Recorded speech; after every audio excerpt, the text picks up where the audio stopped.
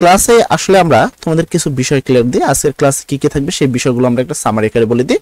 তো আজকের ক্লাসে আমরা মেইনলি যে বিষয়গুলো রাখবো বাংলা প্রথম পত্রের জন্য তোমাদের শর্ট সিলেবাসের আওতাধীনে আমরা আগে সাজেশন দিয়ে দিব যে কোন কোন টপিকগুলো পড়লে বাংলা প্রথম পত্রের সর্বোচ্চ রেজাল্ট অর্জন করতে পারবা। এবং প্রত্যেকটা বিষয়, বিশেষ করে যদি আমি বলি কবিতা অংশ নিয়ে শিক্ষার্থীদের মাথায় কিন্তু প্রচুর পরিমাণে সমস্যা হয়। সেক্ষেত্রে এই যে কবিতা আছে, কবিতাগুলোর যেই ব্যাখ্যাগুলো আছে, প্রতিটা লাইনের ব্যাখ্যা আমরা তোমাদেরকে আজকে বুঝিয়ে দিব। এবং এই কবিতার উপরে যেই প্রশ্নগুলো আসছে, বিগত সালে যেই প্রশ্নগুলো এমসিকিউ প্রশ্নগুলো আসছে, সেই এমসিকিউ প্রশ্নগুলো আমরা তোমাদের দেখিয়ে দিব। সেম ভাবে বাংলার তোমার যে গদ্য আছে, গদ্যের যে অংশগুলো, সেই অংশগুলো আমরা প্রত্যেকটা লাইন তোমাদের বলে দেবো। এবং সুপার লাইনগুলো, যে লাইনগুলো থেকে সর্বোচ্চ পরিমাণ প্রশ্ন আসছে প্রতি বছরে, যেখান থেকে সর্বোচ্চ বিগত 10 বছরের প্রশ্ন অ্যানালাইসিস করে যে প্রশ্নগুলো সর্বোচ্চ হবে সেই প্রশ্নগুলো তোমাদের আজকে আমি দেখিয়ে দিব, যেন বাংলা প্রথম পত্র সম্পর্কিত তোমাদের বিন্দু মাত্র কোনো সমস্যা না থাকে। আমি আমার তরফ থেকে সর্বোচ্চ চেষ্টা করব যেন বাংলাতে তোমাদের আর কোনো সমস্যা না থাকে। তো সর্বপ্রথম আমি তোমাদের যে কাজগুলো করব সেটা হলো বাংলা প্রথম পত্র কোনগুলো পড়বে। দেখো, তোমাদের সিলেবাসের কথা বললে প্রথম ঈশ্বরচন্দ্র বিদ্যাসাগর হলো প্রত্যুপকার, আর রবীন্দ্রনাথ ঠাকুরের শোভা গল্প, প্রমোদ চৌধুরী হলো বই পড়া, তারপর হলো এই গল্পগুলো তোমাদের কিন্তু সিলেবাসে আছে। এখন শর্টলি কেউ যদি চায় যে না আমি অতি শর্ট ভাবে পড়বো, তারপরে তাকে শোভা গল্পটা পড়তে হবে, তারপর হলো বই পড়া গল্পটা পড়তে হবে। আর এখানে দুইটা গল্প, তুমি চাইলে শোভা গল্পটাকে স্কিপ করতে পারো, বাট বই পড়া মাস্ট বি পড়তেই হবে। তারপর মানুষ মোহাম্মদ সাল্লাল্লাহু আলাইহি সাল্লাম, আমাটির ভেপো আর নিম গাছ, এখানে এই তিনটা শিক্ষা ও মনুষ্যত্ব। তাহলে কয়টা হলো? 1 2 3 4 5, এই 5টা জিনিস তোমাকে পড়তে হবে, মানে 100% সর্বোচ্চ গুরুত্ব দিতে হবে এই 5টা টপিকে। এরপরে তোমাদের হলো কবিতা অংশ, যারা কবিতা পড়বা তারা পড়বা মাইকেল মধুসূদন দত্তর হলো কপোতাক্ষ নদ, খুবই গুরুত্বপূর্ণ একটি প্রশ্ন। তারপরে তোমাদের এখানে যদি পড়ো সেই দিন এই মাঠ, এইটাও খুবই গুরুত্বপূর্ণ, প্রত্যেকটা সালে এখান থেকে প্রচুর পরিমাণে প্রশ্ন এসেছে। তারপর হলো আহসান হাবিবের পড়তে হবে আমি কোনো আগন্তুক নই, এইটাও তোমার খুবই গুরুত্বপূর্ণ। বিগত 10 বছরের মধ্যে এই জায়গা থেকে প্রচুর পরিমাণে এমসিকিউ আসছে, যার কোনো হিউজ পরিমাণ বলতে পারো তুমি, ঠিক আছে? আচ্ছা, তারপরে তুমি যদি পড়ো এদিকে লাস্ট পড়তে পারো তোমাকে পাওয়ার জন্য হে স্বাধীনতা।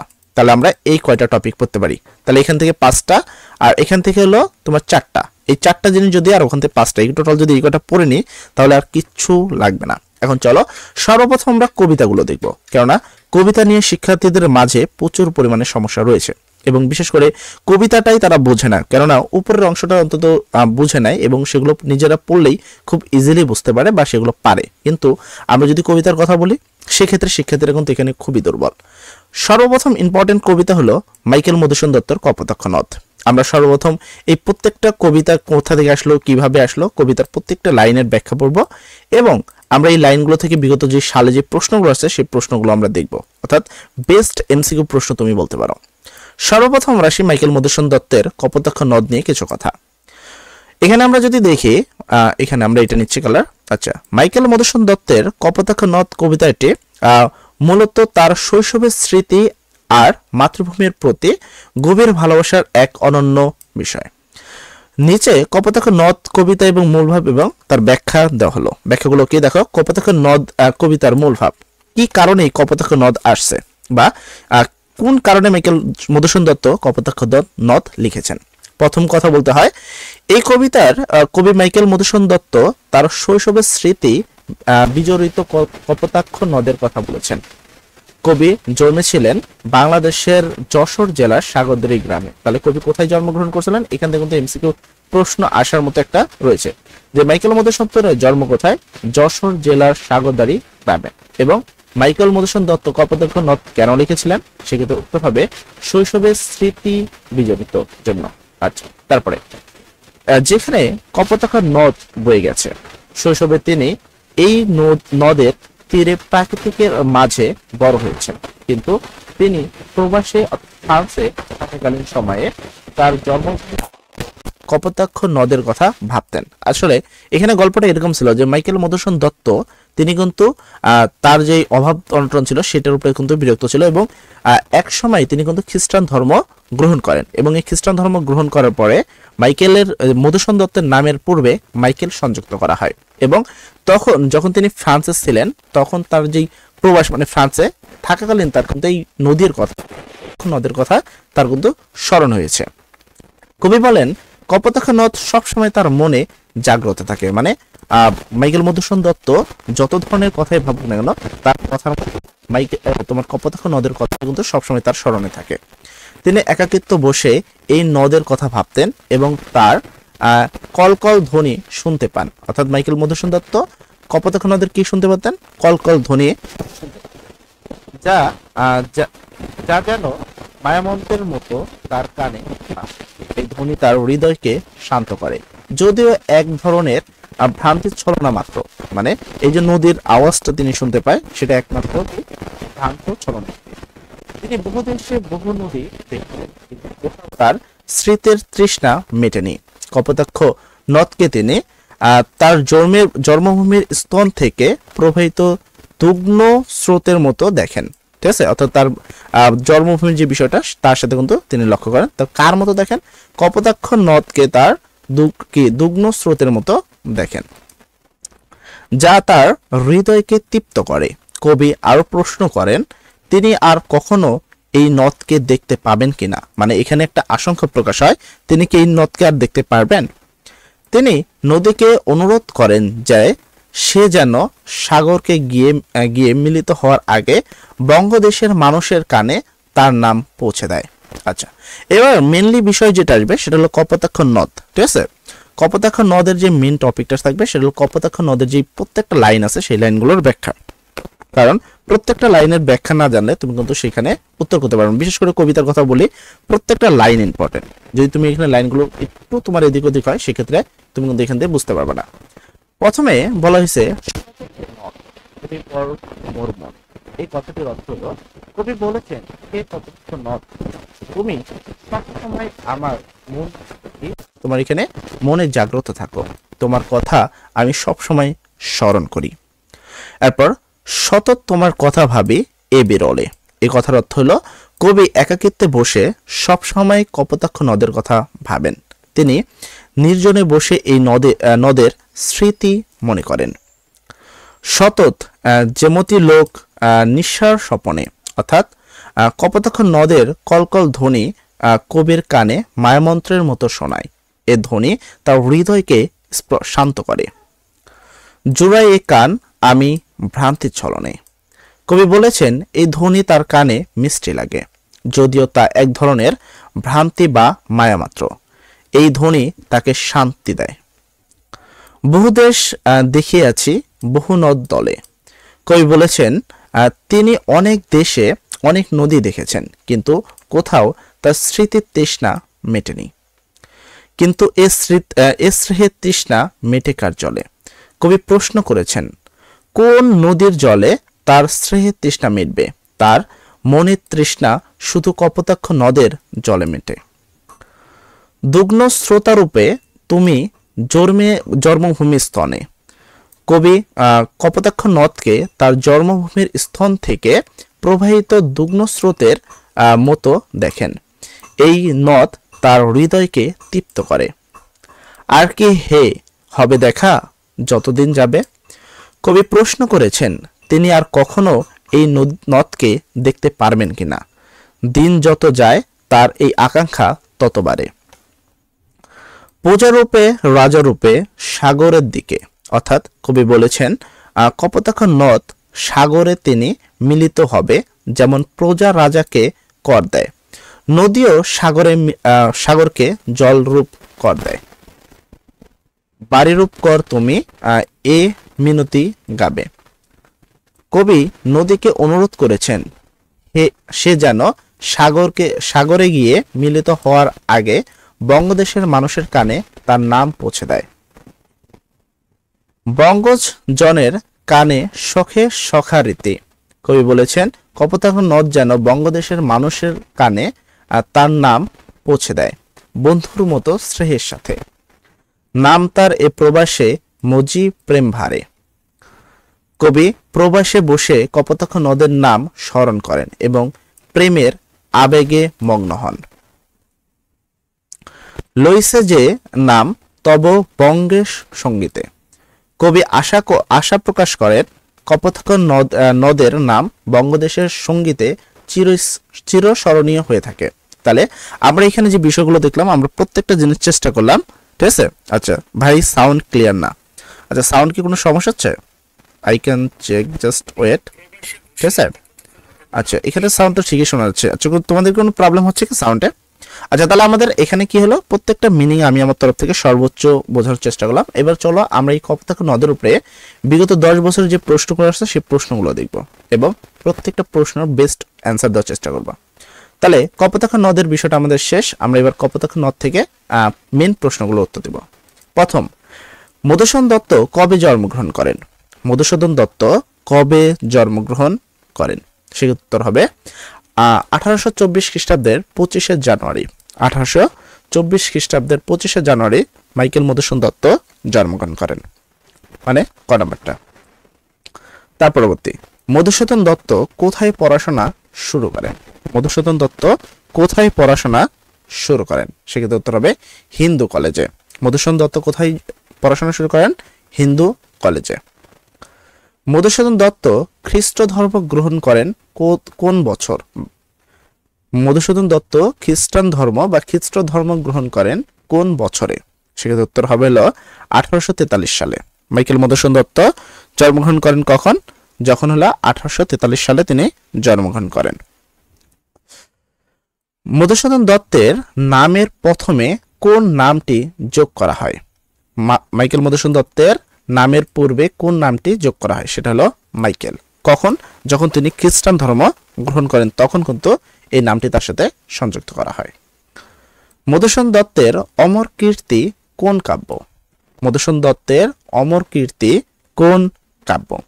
সেক্ষেত্রে মাইকেল মধুসূদন দত্তের অমর কীর্তি হলো মেঘনাদ বদ্য কাব্য। কোনটি মধুসূদন দত্তের কাব্য নয়? কোনটি মধুসূদন দত্তের কাব্য নয়? উত্তর হবে জীবনানন্দ কাব্য। জীবনানন্দ কাব্য মধুসূদন দত্তের কোনো কাব্য নয়। কোনটি মধুসূদন দত্তের নাটক? কোনটি মধুসূদন দত্তের নাটক? সেক্ষেত্রে উত্তর হবে পদ্মাবতী। পদ্মাবতী হলো মধুসূদন দত্তের তোমার কি নাটক। আচ্ছা, মধুসূদন দত্তের এখানে আমরা যাব। আচ্ছা, প্রহসনের নাম কি? মধুসূদন দত্তের প্রহসনের নাম কি? উত্তর হবে বুড় শালিকের ঘাড়ে রো। বাংলা কাব্যে নতুন কোন ছন্দে প্রবর্তন করেন মাইকেল মধুসূদন দত্ত? বাংলা কাব্যে নতুন কোন ছন্দ প্রবর্তন করেন মাইকেল মধুসূদন দত্ত? উত্তর হবে অমিত্রাক্ষর ছন্দ। কোন ছন্দ? অমিত্রাক্ষর ছন্দ।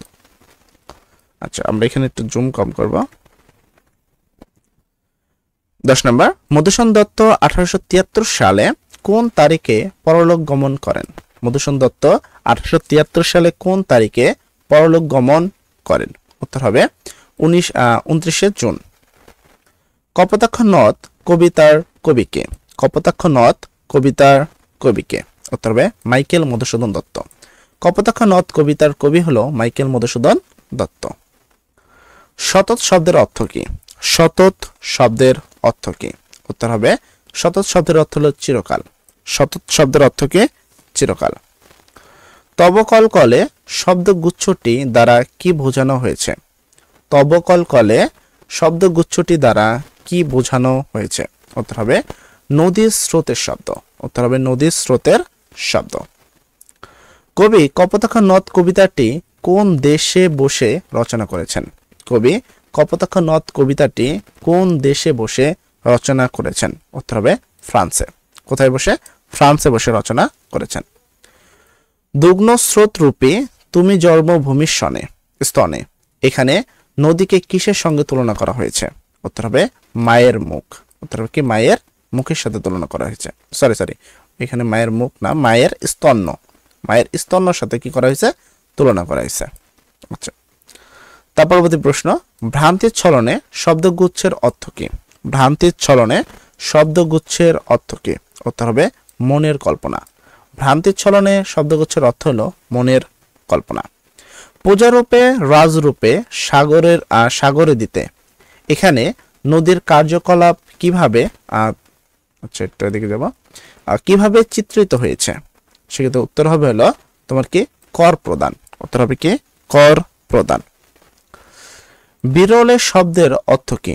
বিরলে শব্দের অর্থ কি? উত্তর হবে নিরিবিলি পরিবেশ। বিরলে শব্দের অর্থ হলো নিরিবিলি পরিবেশ। আর কি হে হবে দেখা এই বাক্যে কবি কোন অনুভূতি প্রকাশ করেছেন?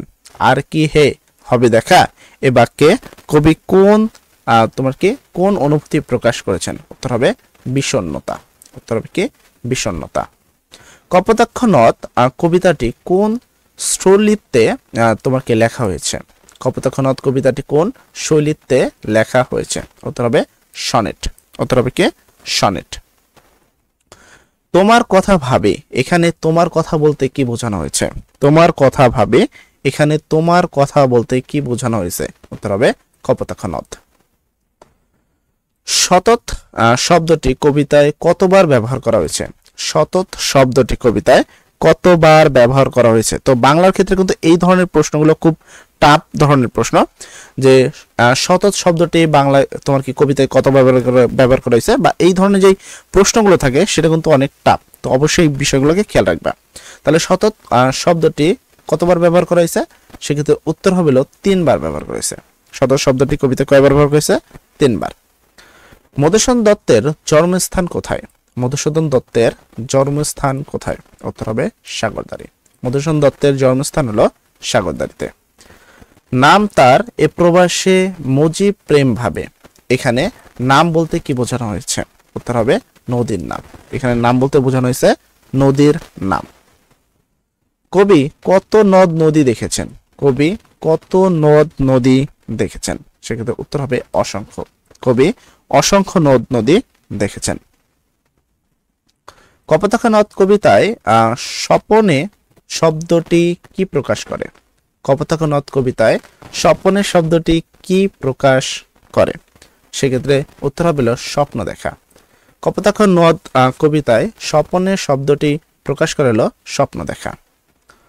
তোমার স্নেহের তৃষ্ণা বলতে কি বোঝানো হয়েছে? তোমার স্নেহের তৃষ্ণা বলতে কি বোঝানো হয়েছে?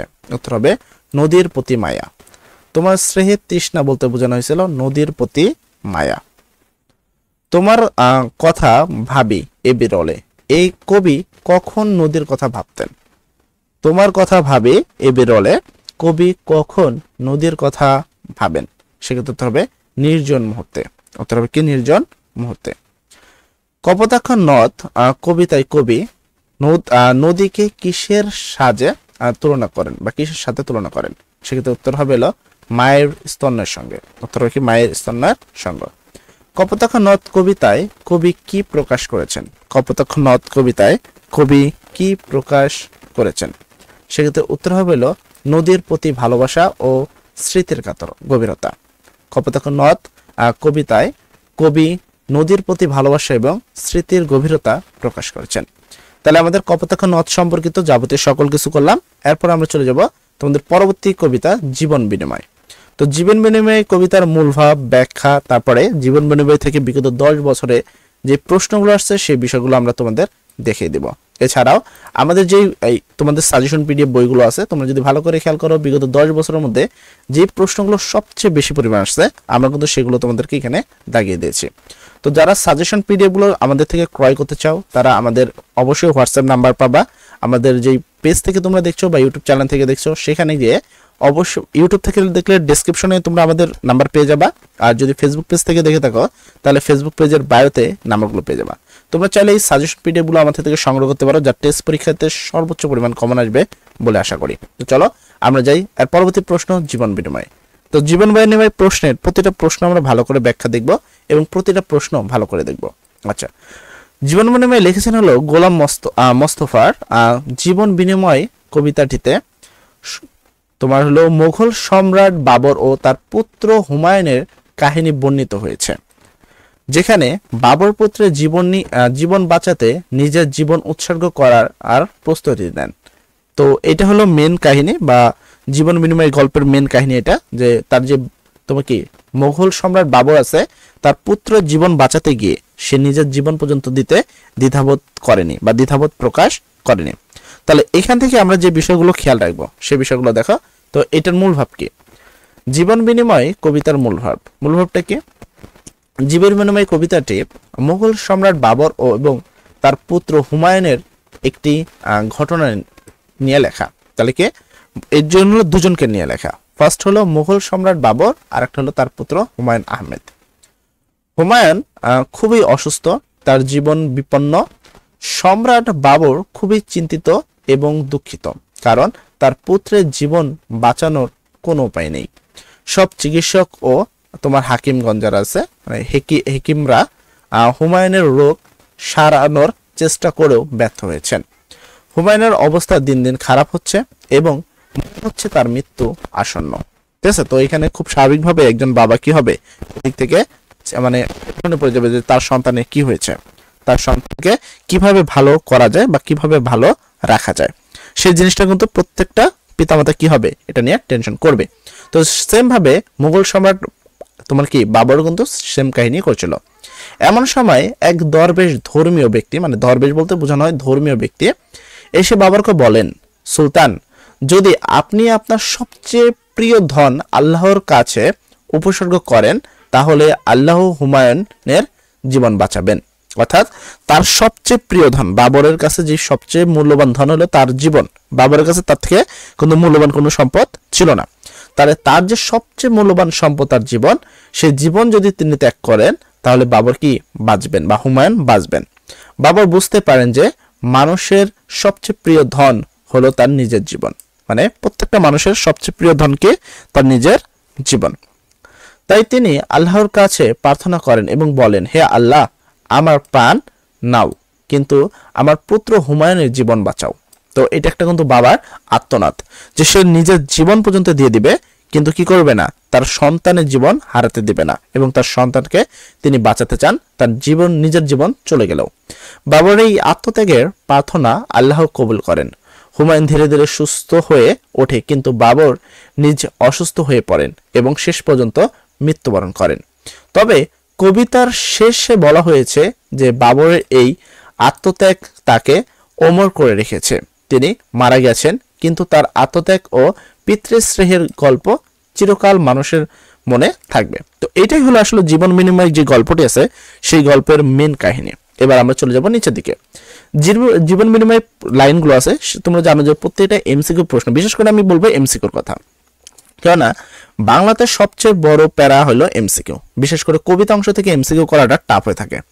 লিখিত অংশগুলো থেকে তোমরা খুব ইজিলি উত্তর করতে পারো, এটা নিয়ে তোমাদের তেমন একটা প্যারা হয় না, বা খুব একটা আহামরি কষ্ট হয় যে তোমাদের, কিন্তু তা না। এখন কবিতার যেমনটা আমি আগেটা কপোতাক্ষ নদের প্রতিটা কবিতার লাইন ব্যাখ্যা বলে দিলাম, এইটার আমি সেম কাজ করব, প্রতিটা লাইনের ব্যাখ্যা বলে দেবো, যেন তোমরা ইজিলি করতে পারো, ঠিক আছে, ইজিলি উত্তর করতে পারো। তো দেখো এইখানে লাইনটা ছিল, প্রথম লাইন হলো, বাদশাহ বাবর কাঁদিয়ে ফিরিয়াছে, নিদ নাহি চোখে তার, পুত্র তাহার হুমায়ুন বুঝি বাঁচে না এবার আর।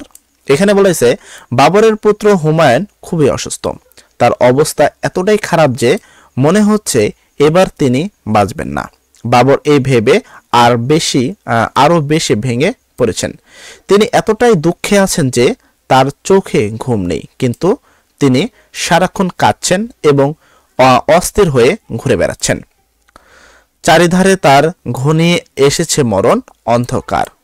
হুমায়ুনের চারপাশে মৃত্যুর অন্ধকার ঘনিয়ে আসছে, অর্থাৎ তার মৃত্যু খুবই কাছাকাছি। রাজ্যের যত বিজ্ঞ হেকিম কবিরাজ দরবেশ এসেছে, সবাই দিয়েছে বসিয়া ব্যবস্থা সর্ববিষয়ে। রাজ্যের সব বিখ্যাত চিকিৎসক, কবিরাজ ও ধর্মীয় ব্যক্তিরা হুমায়ুনের রোগ সারানোর চেষ্টা করছেন। সেবা যত্নের বিধি বিধানের ত্রুটি নাহি একনেশ, তবু তার সেই দুরন্ত রোগ হটিতেছে নাক হাই। হুমায়ুনের সেবা যত্নের কোনো ত্রুটি নেই, সবাই পুরো যত্ন ও নিয়ম মেনে তাকে সাহায্য করছেন, কিন্তু হুমায়ুনের রোগ সেরে যাচ্ছে না। সব চেষ্টা সত্ত্বেও তার অবস্থার উন্নতি হচ্ছে না। যতদিন যায় দুর্ভোগ তার ততই বাড়িয়া যায়। জীবন প্রদীপ নিভিয়া আসিয়াছে অন্তরিবল প্রায়। দিন যত যাচ্ছে হুমায়ুনের কষ্ট তত বাড়ছে, তার অবস্থা দিন দিন খারাপ হচ্ছে। হুমায়ুনের জীবন প্রদীপ অর্থাৎ জীবন শক্তি নিভে আসছে, অর্থাৎ তার মৃত্যু খুব কাছাকাছি। এখানে অন্তরিবী মানে সূর্য অস্ত্র যাওয়া, যা মৃত্যুর প্রতীক। এখানে অন্তর্বি হলো কি সূর্য অস্ত্র যাওয়া, যা অ্যাকচুয়ালি কি মৃত্যুর প্রতীক। ঠিক আছে। তো এখানে কিন্তু এটা কিন্তু অনেক ইম্পর্টেন্ট প্রশ্ন। তোমার হলো এখানে যেটা ছিল, আমি যেমনটা এই যে অন্তরীবী বলতে কি বোঝানো হয়, সেটা বলতে বোঝানো হয় সূর্য অস্ত্র যার অর্থ হলো মৃত্যুর প্রতীক, বা এইটা অন্তরীবী বলতে মৃত্যুর প্রতীককে বোঝানো হয়। আচ্ছা, তারপরে সুধাল বাবর ব্যক্ত কণ্ঠে ভীষক বিন্দে ডাকে, বলো বলো আজি সত্য করিয়া দিও নাকো মোরে ফাঁকে। বাবর খুবই উদ্বিগ্ন হয়ে চিকিৎসকদের ডাকলেন এবং জিজ্ঞাসা করলেন, সত্য করে বলো, আমাকে কোনো মিথ্যা আশা দিও না। এ রোগ হতে বাদশাহজাদার মুক্তি মিলবে নাকি?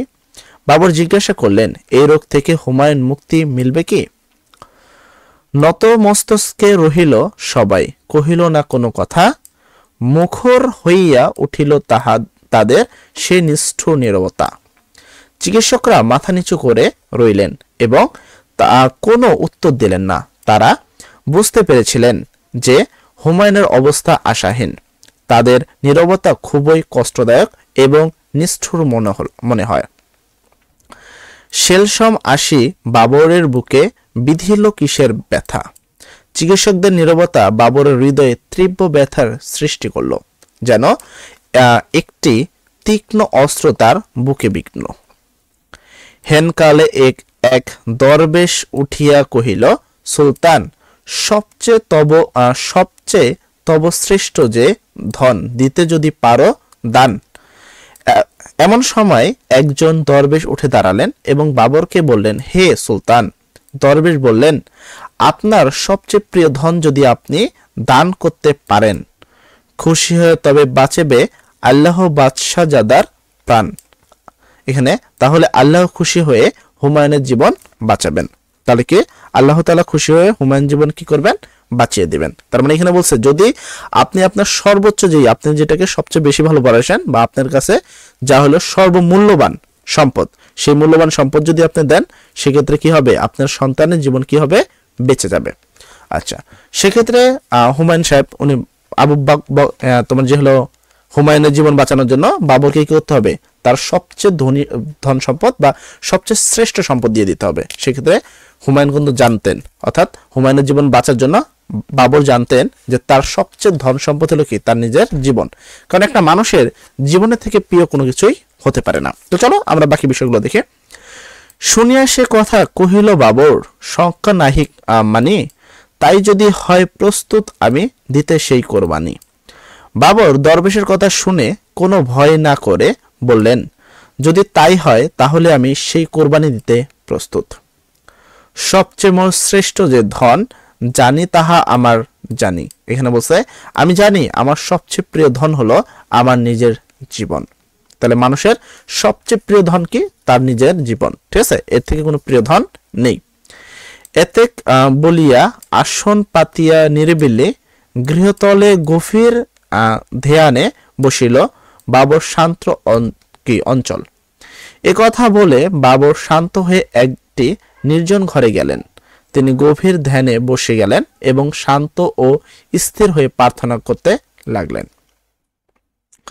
প্রার্থনারত হাত দুটি তার নয়নে অশ্রু জলে, কহিল কাঁদিয়া, হে দয়ার খোদা, হে রহিম রহমান।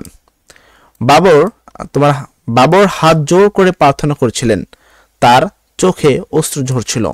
তিনি কাঁদতে কাঁদতে বললেন, হে দয়ালু আল্লাহ, হে করুণাময়। তার মানে এখানে তোমার হলো করিম, এখানে রহিম রহমান। তো এখানে দেখো দয়ার, এখানে রহিম রহমান বলতে কি? করুণাময়। আচ্ছা, মোর জীবনের সবচেয়ে প্রিয় আমারই আপন প্রাণ। আমার জীবনের সবচেয়ে প্রিয় ধন হলো আমার নিজের জীবন। তাই নিয়ে প্রভু পুত্রের প্রাণ করো মোরে প্রতিদান। তাই আমি তোমার কাছে উৎসর্গ করছি, এর বিনিময়ে আমার পুত্রের জীবন বাঁচাও। স্তব্ধ নীরব গৃহতল, মুখে নাহি কারো বাণী। ঘরটি সম্পূর্ণ নীরব হয়ে গেল, কেউ কোনো কথা বলল না। গভীর রজনী সুপ্তি মঘল নিখিল বিশ্বরানী। গভীর রাতে সবাই ঘুমিয়ে পড়েছে, পুরো বিশ্ব যেন ঘুমের কোলে শান্ত। আকাশে বাতাসে ধ্বনিতেছে যেন গোলাপ কি কানাকানি। তাহলে সরি, আকাশে বাতাসে ধ্বনি আছে যে যেন গোপন কি কানাকানি। আকাশে এবং বাতাসে যেন কানাকানির শব্দ হচ্ছে, মনে হচ্ছে আল্লাহ বাবরের প্রার্থনা শুনেছেন। সহসা বাবর ফুকারি উঠিয়া নাহি ভয় নাহি ভয়। হঠাৎ বাবর চিৎকার করে বললেন, ভয় নেই ভয় নেই, প্রার্থনা আমার কবুল করেছে আল্লাহ যে দয়াময়। আল্লাহ আমার প্রার্থনা কবুল করেছেন, তিনি খুবই দয়ালু। পুত্র আমার বাঁচিয়া উঠিবে, মরিবে না নিশ্চয়। আমার পুত্র নিশ্চয় বেঁচে উঠবে, সে মরবে না। ঘুরিয়া লাগিল পুলককে বাবর পুত্রের চারিপাশে। বাবর আনন্দে পুলকিত হয়ে হুমায়ুনের চারপাশে ঘুরতে লাগলেন। নিরস হৃদয় সে যেন আশার দীপ্ত জলস্রায়। তো এখানে বলা হয়েছে আগে তিনি খুবই নিরাশ ছিলেন, কিন্তু এখন আশায় ভরে গেছেন, তার মনে আনন্দ জলাস্য। তিমির রাতের তরণে উষার পূর্বাভাস। অন্ধকার রাতের শেষে ভোরের আলো দেখা দিচ্ছে। এখানে হুমায়ুন রোগ মুক্তির আশাকে ভোরের আলোর সাথে তুলনা করা হয়েছে। মানে এখানে হুমায়ুনের যে রোগে আক্রান্ত হয়েছে সে রোগ মুক্তি পাবেন, এইটাকে ভোরের আলোর সাথে তুলনা করছেন। তাহলে এখানে কিন্তু প্রশ্ন আসতে পারে যে রোগমুক্ত হওয়াকে, হুমায়ুনের যে হুমায়ুনের রোগমুক্ত হওয়াকে কিসের সাথে তুলনা করা হয়েছে? সেক্ষেত্রে উত্তরটা হবে কিন্তু ভোরের আলো। উত্তরটা হবে কি ভোরের আলোর সাথে কিন্তু এই তুলনা করা হয়েছে। ঠিক আছে? আচ্ছা, তার পরবর্তী প্রশ্ন দিকে আমরা চলবো। তার পরবর্তী প্রশ্ন বলছে, সেদিন হতে রোগ লক্ষণ দেখা দিল বাবরের। সেদিন থেকে বাবর নিজেও অসুস্থ হয়ে পড়লেন। চিত্রে গ্রহণ করিল সহ্য সে মরণ। অর্থাৎ কিন্তু তিনি খুবই আনন্দিত মনে মৃত্যুর সহ্য গ্রহণ করলেন। নতুন জীবন হুমায়ুন ধীরে বাঁচিয়া উঠিল ফের। এর ফলে হুমায়ুন ধীরে ধীরে সুস্থ হয়ে উঠলেন এবং নতুন জীবন ফিরে পেলেন। মরিল বাবর নানা ভুল কথা, মৃত্যুকে তারে কয়। বাবর মারা গেলেন, কিন্তু আসলে তার মৃত্যু হলো না, কারণ আত্মত্যাগের মাধ্যমে তিনি অমর হয়ে গেছেন। মরিয়া বাবর অমর হয়েছে, নাহি তার কোনো ক্ষয়। বাবর মারা গেলেও তার আত্মত্যাগের গল্প চিরকাল মানুষের মনে থাকবে, তার কোনো ক্ষয় নেই। পিতৃস্নেহের কাছে হয়েছে মরণের পরাজয়। পিতার স্নেহ এতটাই মহান যে তার মৃত্যুকেও জয় করে ফেলেছে। বাবরের আত্মত্যাগের মাধ্যমে মৃত্যু পরাজিত হয়েছে। তাহলে এই ছিল আমাদের যেই জীবন বিনিময় গল্পটি রয়েছে, সেই জীবন বিনিময় গল্পের সম্পূর্ণ ব্যাখ্যা এবং মূলভাব। এবং আমরা যাব যে জীবন বিনিময় যে গল্পটি আছে সেই গল্পের উপরে কি কি প্রশ্ন আসছে এবং সেই প্রশ্নগুলো আমরা পড়ব। প্রতিটা এমসিকিউ তোমাদের জন্য গুরুত্বপূর্ণ।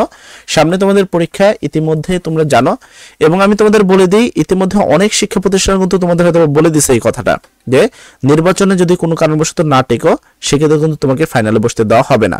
আর কিছু শিক্ষা প্রতিষ্ঠান হয়তোবা তোমাদের ক্ষেত্রে 2 বার পরীক্ষা নিতে পারেন। এটা সব শিক্ষা প্রতিষ্ঠান যে করবে এটা আমি কখনোই বলবো না।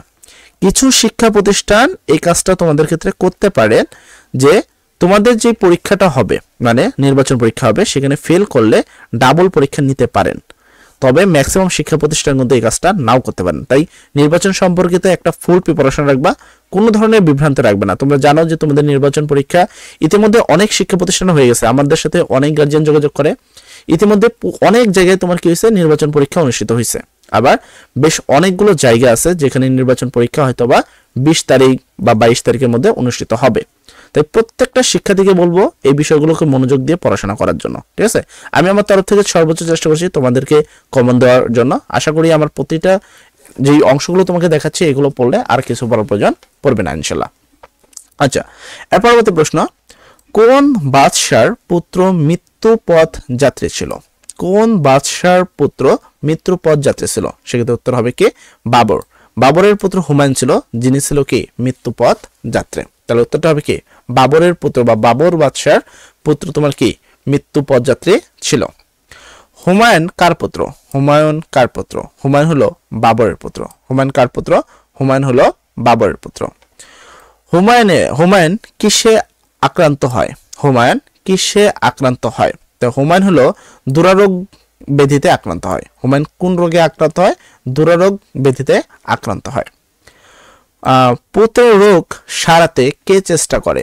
পুত্রের রোগ সারাতে তোমার কে চেষ্টা করে? সবাই, হেকিম, কবিরাজ, দরবেশ, এরা সবাই কিন্তু কি করে? চেষ্টা করে যে বাবর হুমায়ুন আছে, হুমায়ুনের যেন রোগটা কি হয়? সেরে যায়। তারা সবাই চেষ্টা করে, হেকিম, কবিরাজ এবং দরবেশ, এই তিন ধরনের লোকই কিন্তু তাদের সর্বোচ্চ চেষ্টা করেন। জীবন প্রদীপ নিভিয়ে আসিয়াছে, এখানে কি বোঝানো হয়েছে? জীবন প্রদীপ নিভে এসেছে, এখানে কি বোঝানো হয়েছে? এখানে বোঝানো হয়েছে মৃত্যুর সময় ঘনিয়ে এসেছে। এখানে বোঝানো হয়েছে কি? মৃত্যুর সময় ঘনিয়ে এসেছে। আর পরবর্তী, বাবর কোথায় বসে প্রার্থনা করেন? বাবর কোথায় বসে প্রার্থনা করেন? উত্তর হবে নিরিবিলি গৃহতলে।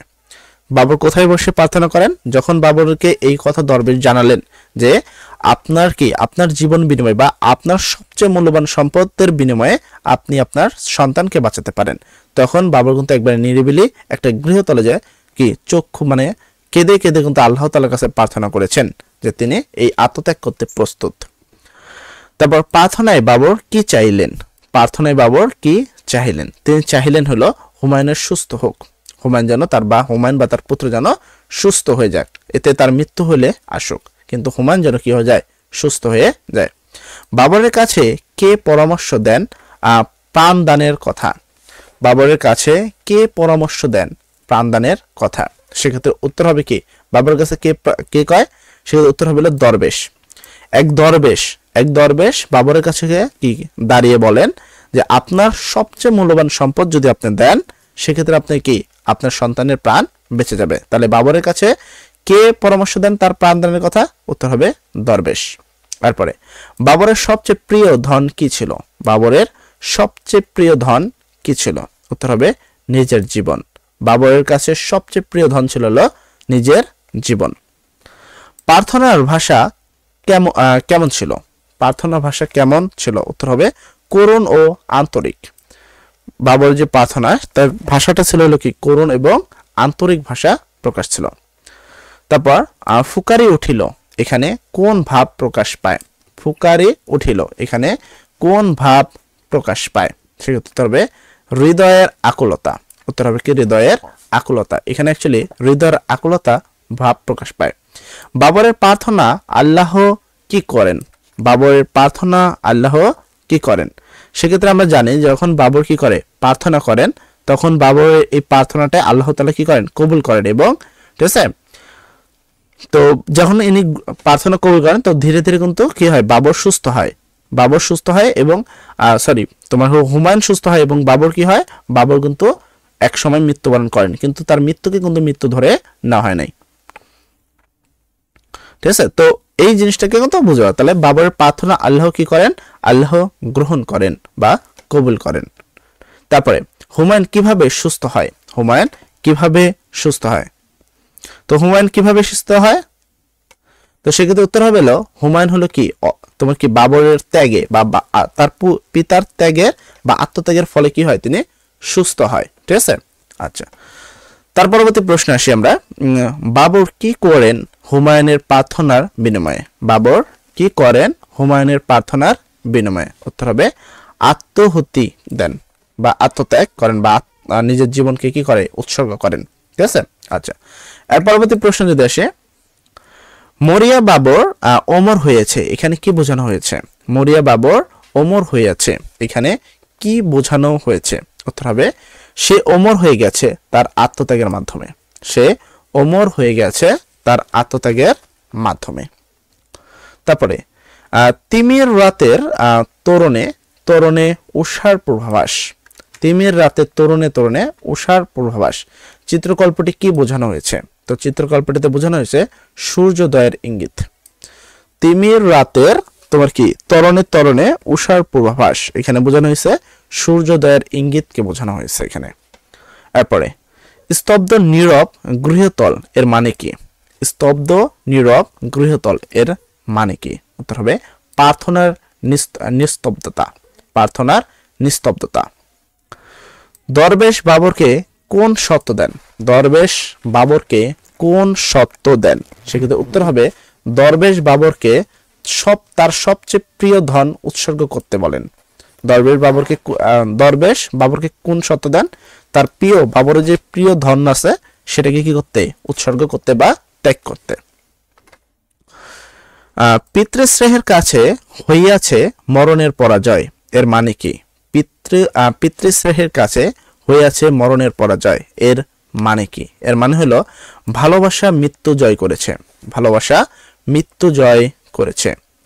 বিনিময় শব্দের অর্থ কি? বিনিময় শব্দের অর্থ হলো বদল। বিনিময় শব্দের অর্থ কি? বিনিময় শব্দের অর্থ হলো বদল। ভিষক বিন্দু বলতে বোঝানো হয়েছে। ভিষক বিন্দু বলতে বোঝানো হয়েছে। ভিষক বিন্দু বলতে বোঝানো হয়েছে চিকিৎসকগণ। ভিষক বিন্দু বলতে বোঝানো হয়েছে কি? চিকিৎসকগণ।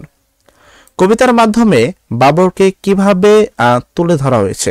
কবিতার মাধ্যমে বাবরকে কিভাবে তুলে ধরা হয়েছে? উত্তর হবে আত্মত্যাগী পিতা। উত্তর হবে কি?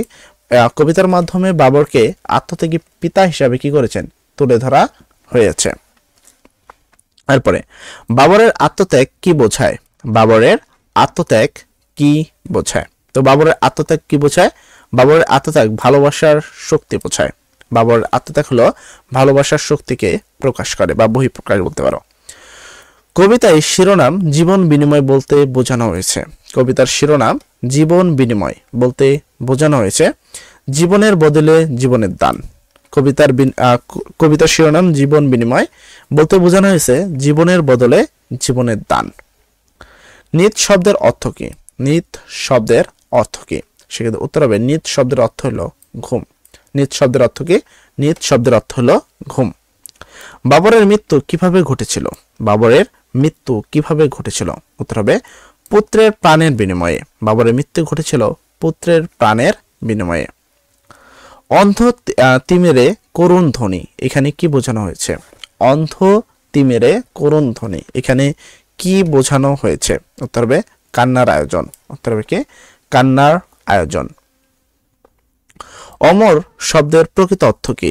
অমর শব্দের প্রকৃত অর্থ কি? অর্থ হলো যার মৃত্যু নেই। অমর শব্দের অর্থ হলো যার মৃত্যু নেই বা যার মৃত্যু নেই, সেটাই কি? অমর। এরপরে বাবর কেমন রাজা ছিলেন? কবিতার বক্তব্য অনুযায়ী বাবর কেমন রাজা ছিলেন কবিতার বক্তব্য অনুযায়ী?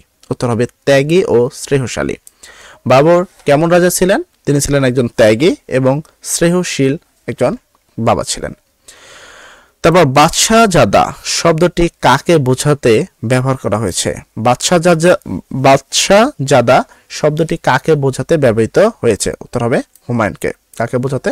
হুমায়ুনকে বোঝাতে ব্যবহৃত হয়েছে। শেলসম শব্দের অর্থ কি? শেলসম শব্দের অর্থ কি? উত্তর হবে তীক্ষ্ণ অস্ত্রের মতো। শেলসম শব্দের অর্থ হলো তীক্ষ্ণ অস্ত্রের মতো। সংখ্যা শব্দের অর্থ কি? সংখ্যা শব্দের অর্থ হলো ভয়। সংখ্যা শব্দের অর্থ কি? সংখ্যা শব্দের অর্থ হলো ভয়। অন্তর্বী শব্দটি দিয়ে কি বোঝানো হয়েছে? অন্তর্বী শব্দটি দ্বারা বোঝানো হয়েছে কি? সেক্ষেত্রে হলো অস্ত্রগামী সূর্য। অন্তর্বী বলতে বোঝানো হয়েছে অস্ত্রগামী সূর্য। তারপর দীপ্ত শব্দটি এখানে কোন অর্থে ব্যবহৃত হয়েছে? দীপ্ত শব্দটি এখানে উদ্দীপিত অর্থে ব্যবহৃত হয়েছে। দীপ্ত শব্দটি ব্যবহৃত হয়েছে কেন? উদ্দীপিত অর্থে। সবচেয়ে যে শ্রেষ্ঠ ধন বলতে কি বোঝানো হয়েছে? সবচেয়ে যে শ্রেষ্ঠ ধন বলতে কি বোঝানো হয়েছে? আসলে মানুষের সবচেয়ে শ্রেষ্ঠ ধন কি? তার নিজের জীবন। তার নিজের জীবন হলো মানুষের সবচেয়ে শ্রেষ্ঠ ধন। ঠিক আছে? তার থেকে কোনো শ্রেষ্ঠ কোনো ধন বা সম্পদ নেই। এই জিনিসটাকে আমার কিন্তু খেয়াল রাখতে হবে। আচ্ছা, তারপরে ধ্যানে শব্দের অর্থ কি? ধ্যানে শব্দের অর্থ হলো ধ্যানে। ধ্যানে শব্দের অর্থ হলো ধ্যানে।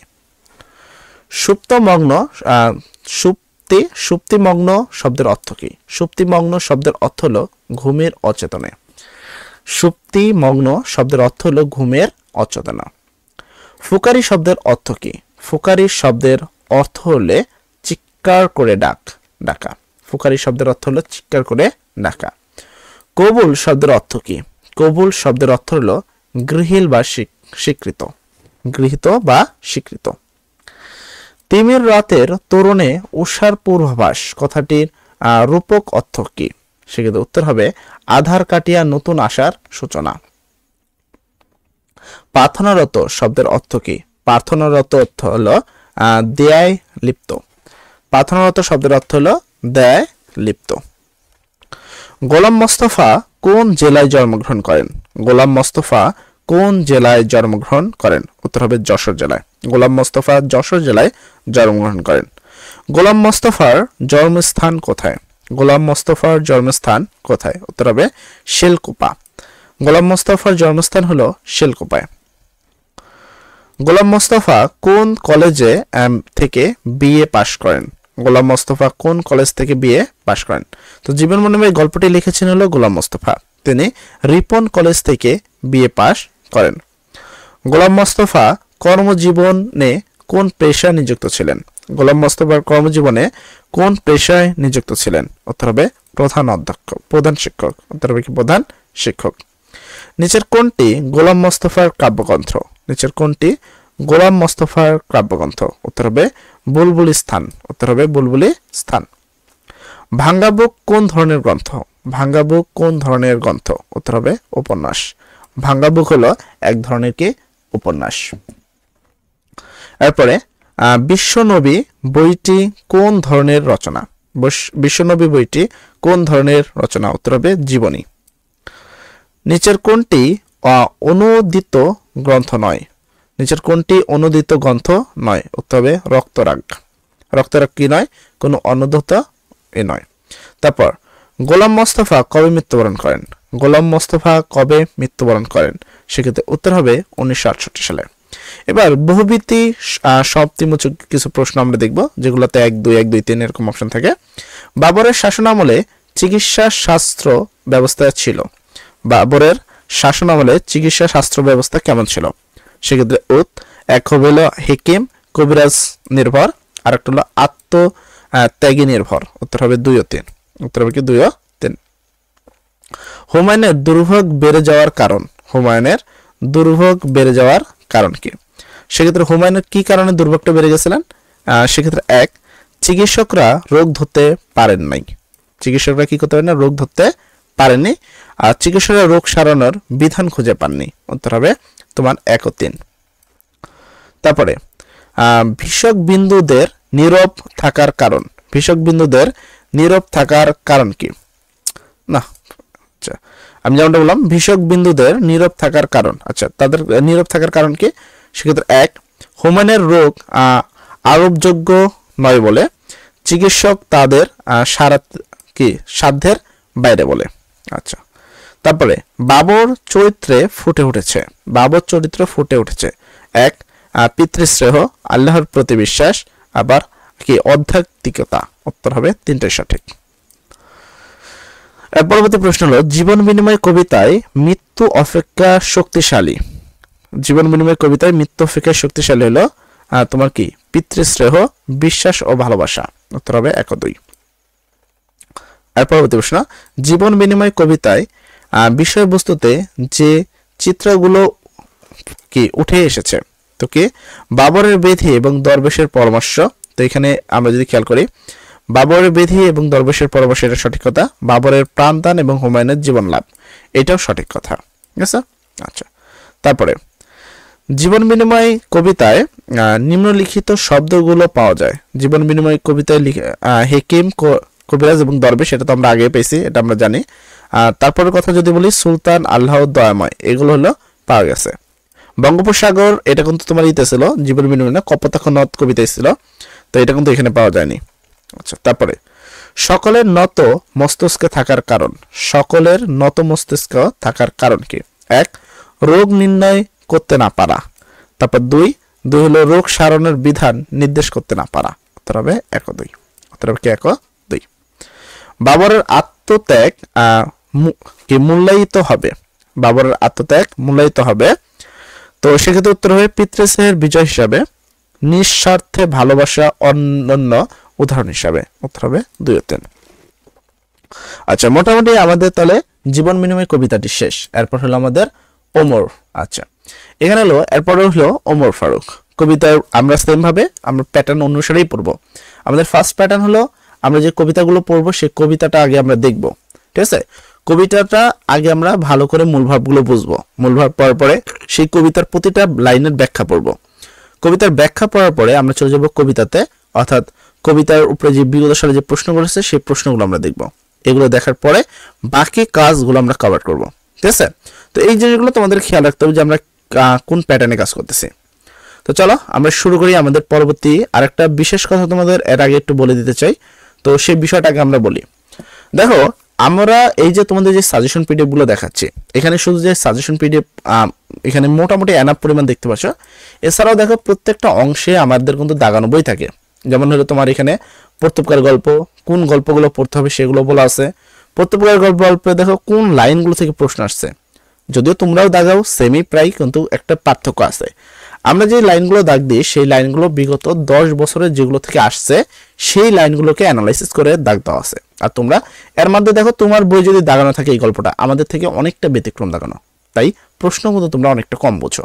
তো আমরা এখানে প্রত্যেকটা গল্প এমনভাবে দাগিয়ে দিচ্ছি যেন তোমার আর কিছু দাগানো লাগে। যেমন ফুলের বিবাহ তোমাদের শর্ট সিলেবাসে কিন্তু নাই। তারপর শোভা গল্পটা আছে, দেখো শোভা গল্পটা কিন্তু যতটুকু তোমার দরকার, যেখান থেকে যত দরকার অতটুকু কিন্তু দাগিয়ে দেওয়া আছে। তো বাংলার ক্ষেত্রে দাগানো বই পড়া সবচেয়ে ইম্পর্টেন্ট।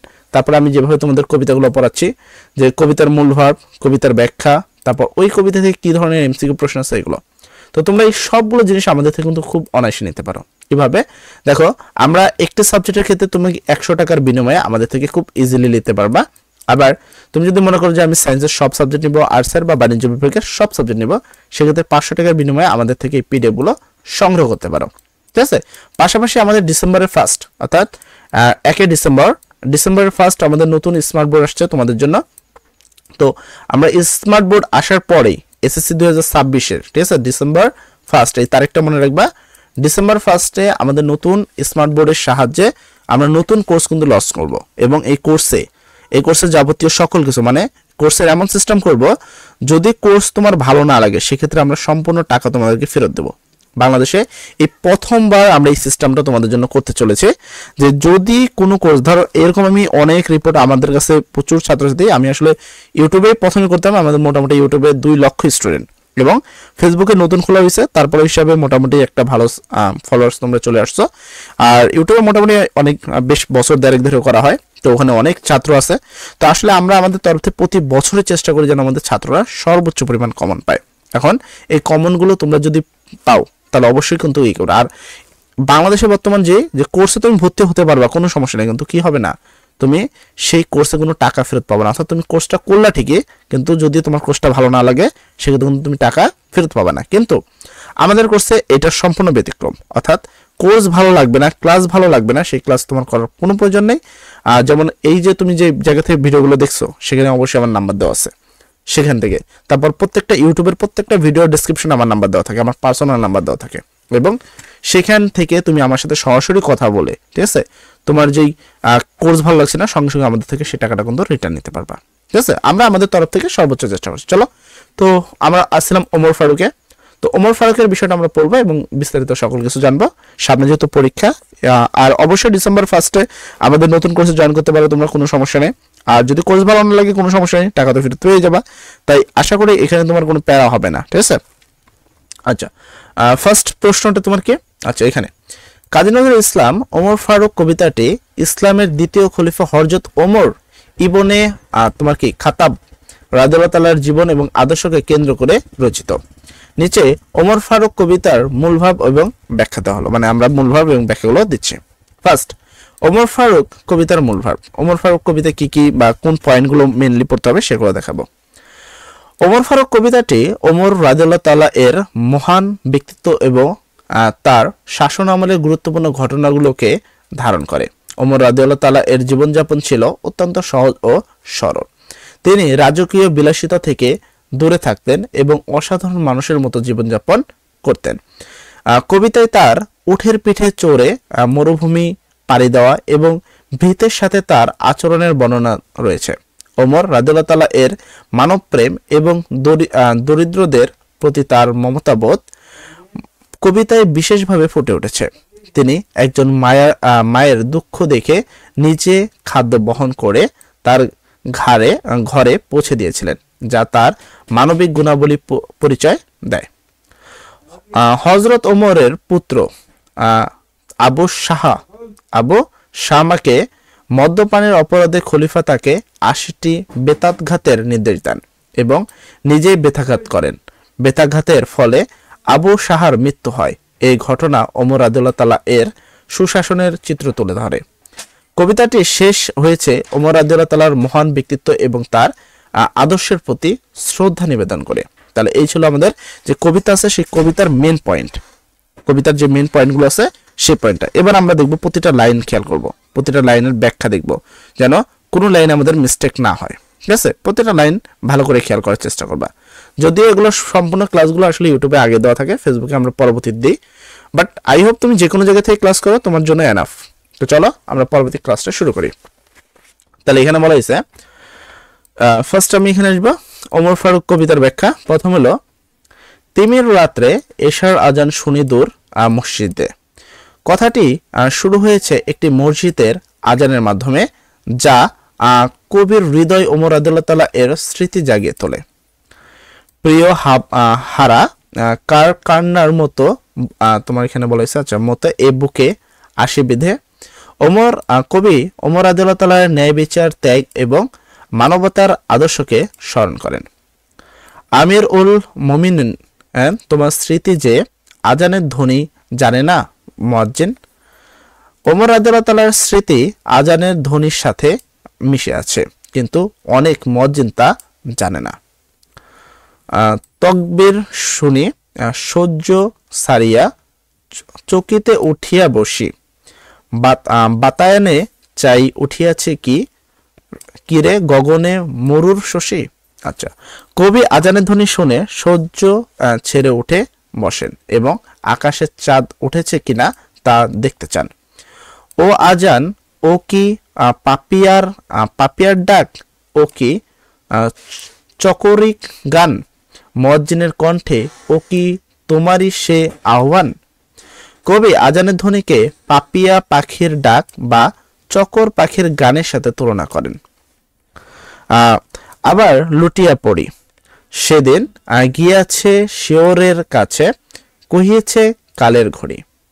কবি আবার সহ্যে লুটিয়া পড়েন এবং কালের ঘড়ি তাকে স্মরণ করিয়ে দেয় যে সেই দিন গত হয়েছে।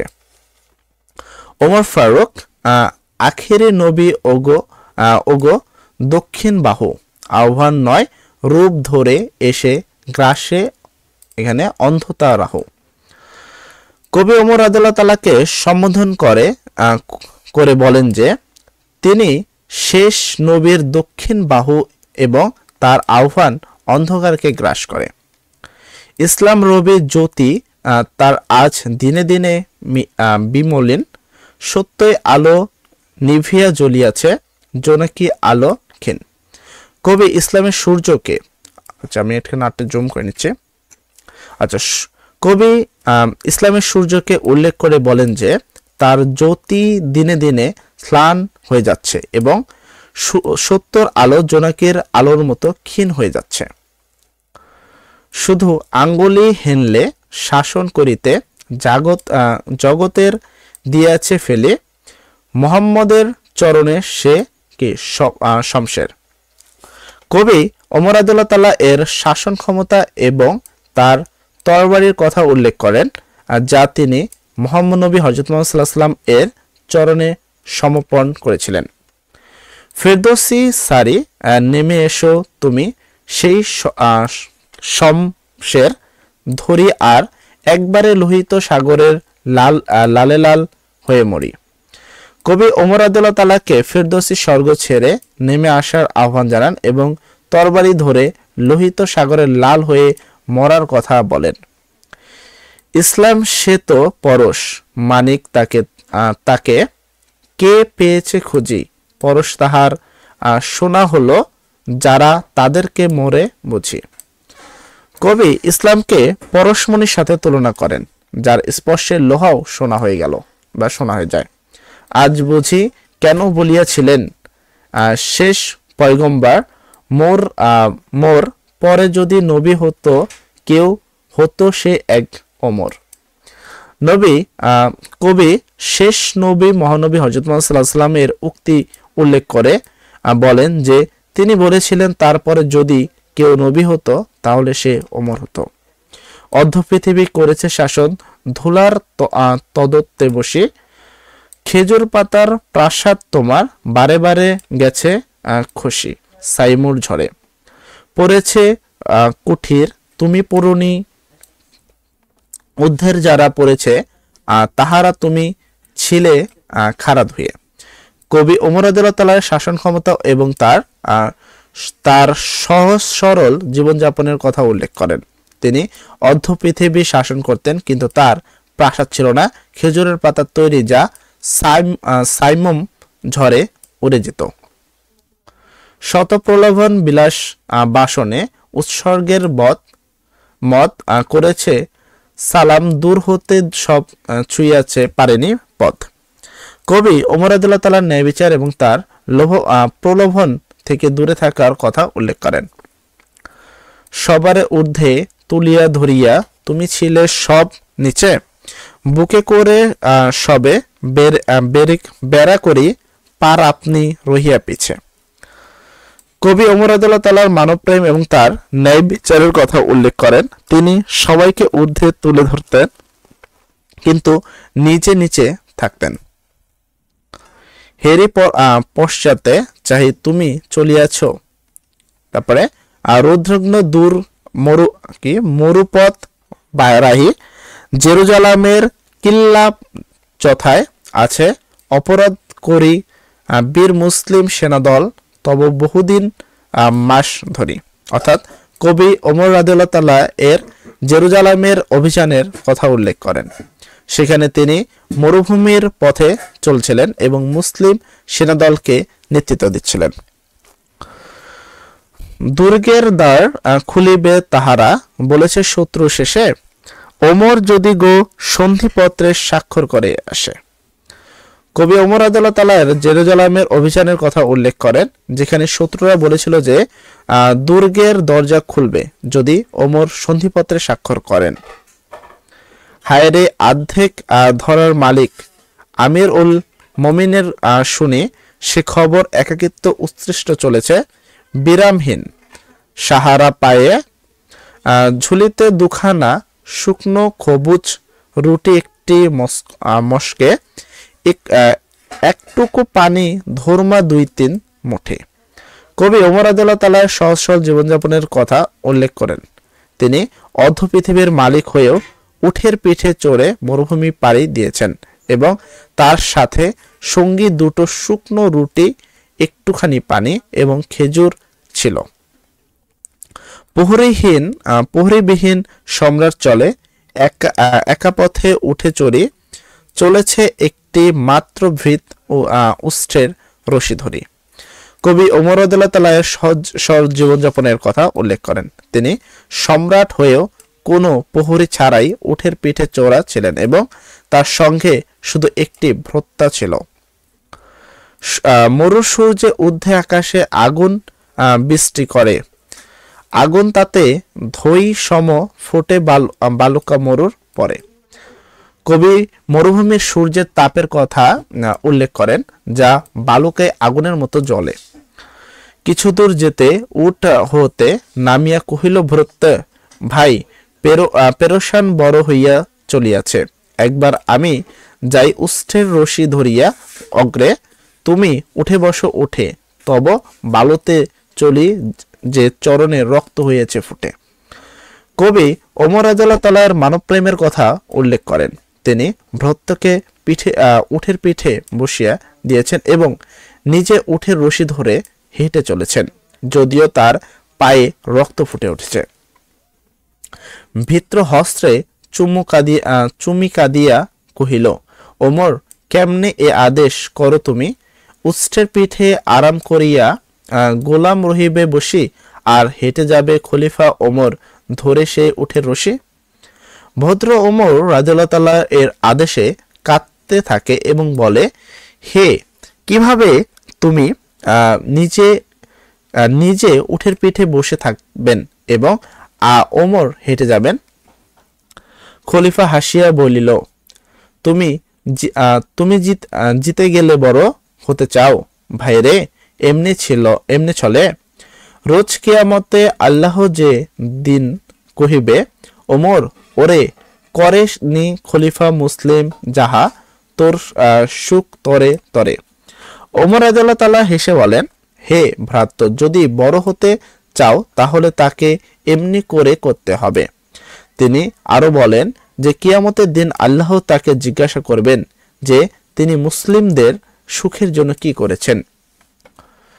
কি দিব জবাব, কি করিয়া মুখ দেখার রসুল ভাই, আমি তোমাদের প্রতিনিধি শুধু, তাই মোর অধিকার নাই আরাম সুখের মানুষের হইয়া নিতে মানুষের সেবা। ইসলাম বলে সকলে সমান, কে বড় কে ক্ষুদ্র কে বা। ওমর রাদিয়াল্লাহু তাআলা বলেন তিনি মুসলিমদের প্রতিনিধিত্ব মাত্র, তার কোনো অধিকার নেই। তিনি আরো বলেন যে ইসলাম সবাই সমান, কেউ বড় কেউ ছোট নয়। ভ্রত্য চড়িল উঠের পৃষ্ঠে, ওমর ধরিল রশি, মানুষেরা স্বর্গে ধুলিয়া নামিল শশী। ভৃত্য উঠে পিঠে চড়ে এবং ওমর উঠের রশি ধরে হেঁটে চলেন। কবি বলেন যে ওমর মানুষকে স্বর্গ তুলে ধরেছেন এবং নিজে ধুলায় নেমে এসেছেন।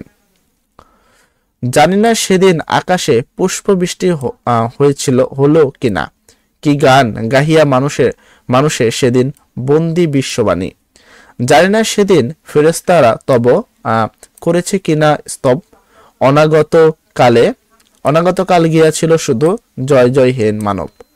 কবি বলেছেন, হে যে তিনি জানেন না সেদিন আকাশে ফুল বৃষ্টি হয়েছিল কিনা, মানুষ কি গান গেয়েছিল। তিনি আরো বলেন যে ফেরেশতারাও সেদিন ওমর রাদিয়াল্লাহু তাআলার স্তব গিয়েছিল এবং অনাগত কাল শুধু জয় জয় হে মানব গিয়েছিল।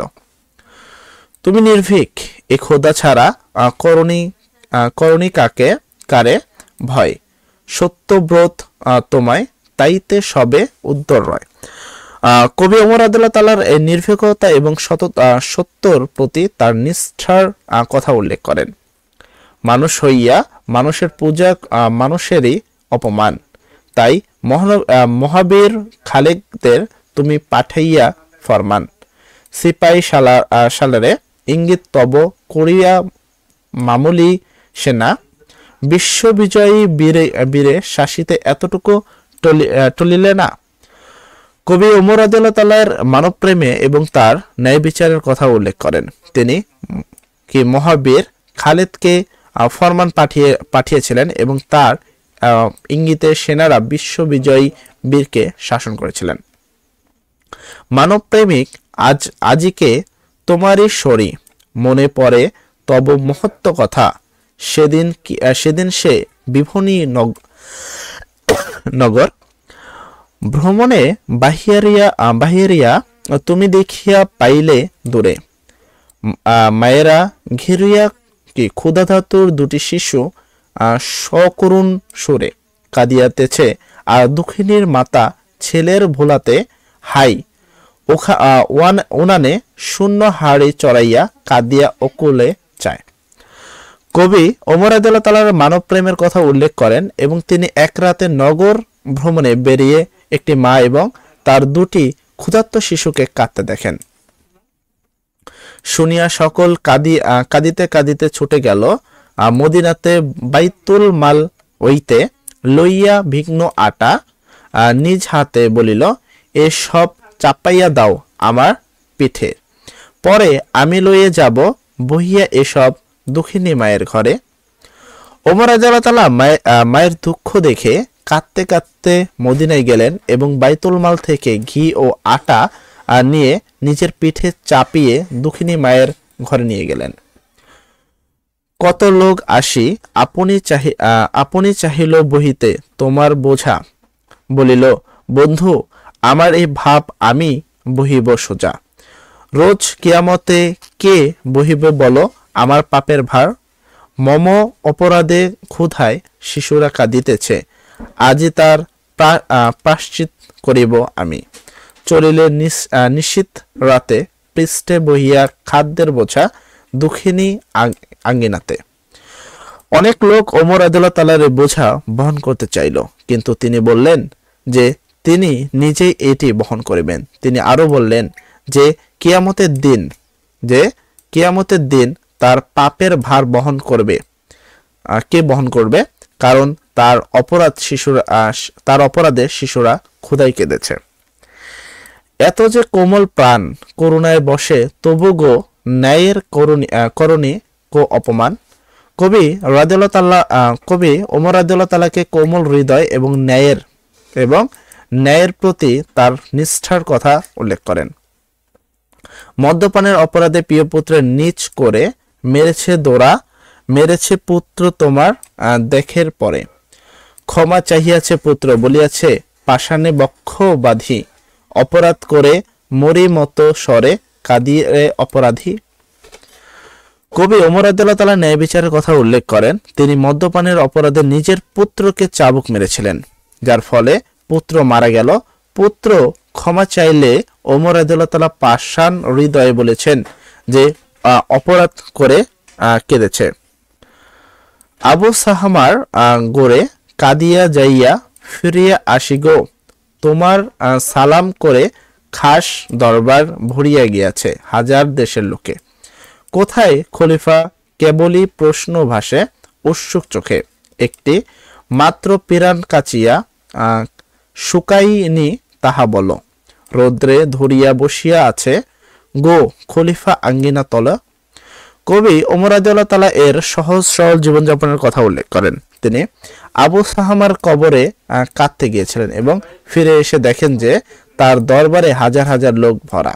লোকেরা জিজ্ঞাসা করেছে কোথায় খলিফা, কিন্তু ওমর আঙ্গিনায় বসে আছেন এবং তার একটি মাত্র জামা কাচা শুকায়নি। হে খলিফাতুল মুরসালিন, সে চিরধারী সম্রাট। অপমান তব করিব না আজ করিয়া নন্দী পাঠ। মানুষের তুমি বলেছ বন্ধু, বলিয়াছ ভাই, তাই তোমারে এমন চোখের পানিতে সরিগ সর্বদাই। কবি ওমর রাদিয়াল্লাহু তাআলাকে শ্রদ্ধার সঙ্গে করে বলেন যে তিনি খলিফা মুসলিম এবং চারধারী সম্রাট। তিনি আরো বলেন যে ওমর রাদিয়াল্লাহু তাআলা মানুষকে বন্ধু এবং ভাই বলেছেন, তাই তিনি তাকে সর্বদাই স্মরণ করিয়ে রাখেন। তো এই যে কবিতাটি ছিল, সেই কবিতার মেন ভার্ব বা প্রতিটা লাইন আমি চেষ্টা করছি প্রতিটা কবিতার প্রত্যেকটা লাইন তোমাদেরকে বুঝিয়ে দেওয়ার। আমি আবারও বলছি, বাংলার ক্ষেত্রে অন্য সাবজেক্টের ক্ষেত্রে আলাদা হলেও বাংলা সাবজেক্টের কথাটা প্রায় সেম হবে। বাংলা সাবজেক্টের বিষয়টা সবসময় মনে রাখতে হবে যে বাংলা সাবজেক্টটা তোমাকে অবশ্যই কবিতার প্রতিটা লাইনের ব্যাখ্যা তোমাকে জানতে হবে, ব্যাখ্যা পড়ে তারপরে তোমাকে উত্তর করতে হবে। ঠিক আছে? যদি মনে করো যে না আমি ব্যাখ্যা পড়বো না, শুধুমাত্র গায়ে থেকে বা যে কোনো জায়গা থেকে পড়ে নেবো, সেক্ষেত্রে আমি বলবো যে ফাইনাল পরীক্ষাতে তুমি তো বাস খাবাই, নির্বাচনেও কিন্তু কম খাবা না। যাই হোক, আপাতত বাকি ক্লাসটা আরো অনেকটাই আছে। এরপর হলো ওমর ফারুকের এমসিকিউ, তারপর হলো আমি কোনো আগন্তুক নই, তারপর তোমাকে পাওয়ার জন্য এই স্বাধীনতা, এখনো বেশ অনেকগুলো আছে।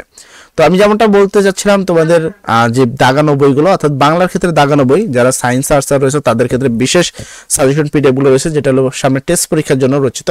অর্থাৎ টেস্ট পরীক্ষায় আমরা 100% তো বলতে পারি না, কারণ কোনো প্রশ্নে 100% আসলে কমন আসে না, বাট আমাদের যে সাজেশনগুলো তৈরি করা হয়েছে এখান থেকে তুমি 70 থেকে 80% নিঃসন্দেহে কমন পাবা। তাই যারা এই সাবজেক্টগুলো বা এই সাজেশনগুলো আমাদের সংগ্রহ করতে চাও, তার এই ভিডিও ডেসক্রিপশনে অবশ্যই আমাদের হোয়াটসঅ্যাপ নাম্বার দেওয়া আছে, অথবা যারা ফেসবুক থেকে দেখছো তাদের জন্য একটা কথাই বলবো, এই ভিডিওর যেই পেজ থেকে তুমি দেখছো অর্থাৎ বিএসসি রাসেলের পেজ থেকে, সেই পেজের বায়োতে আমাদের নাম্বার দেওয়া আছে। তুমি চাইলে খুব অনায়াসে আমাদের থেকে সেই নাম্বারটা সংগ্রহ করে তুমি আমাদের থেকে সেই জিনিসগুলো সংগ্রহ করতে পারো।